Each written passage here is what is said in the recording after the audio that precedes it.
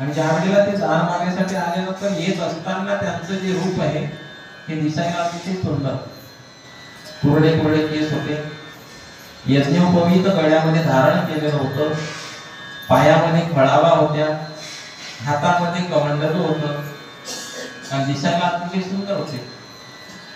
या अवस्थेमध्ये जेव्हा वामन भगवंत यायला लागले ना, तर येत असताना बलिराजाची मुलगी होती, तिचं नाव होतं रत्नमाला.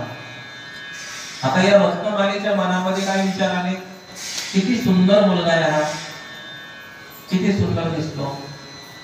आणि हा जो मुलगा आहे तर या मुलाला त्याची आई ज्या वेळेला स्तनपान करत असेल ना, त्यावेळेला त्याच्या आईला किती आनंद होत असेल, असे विचार मनात आले.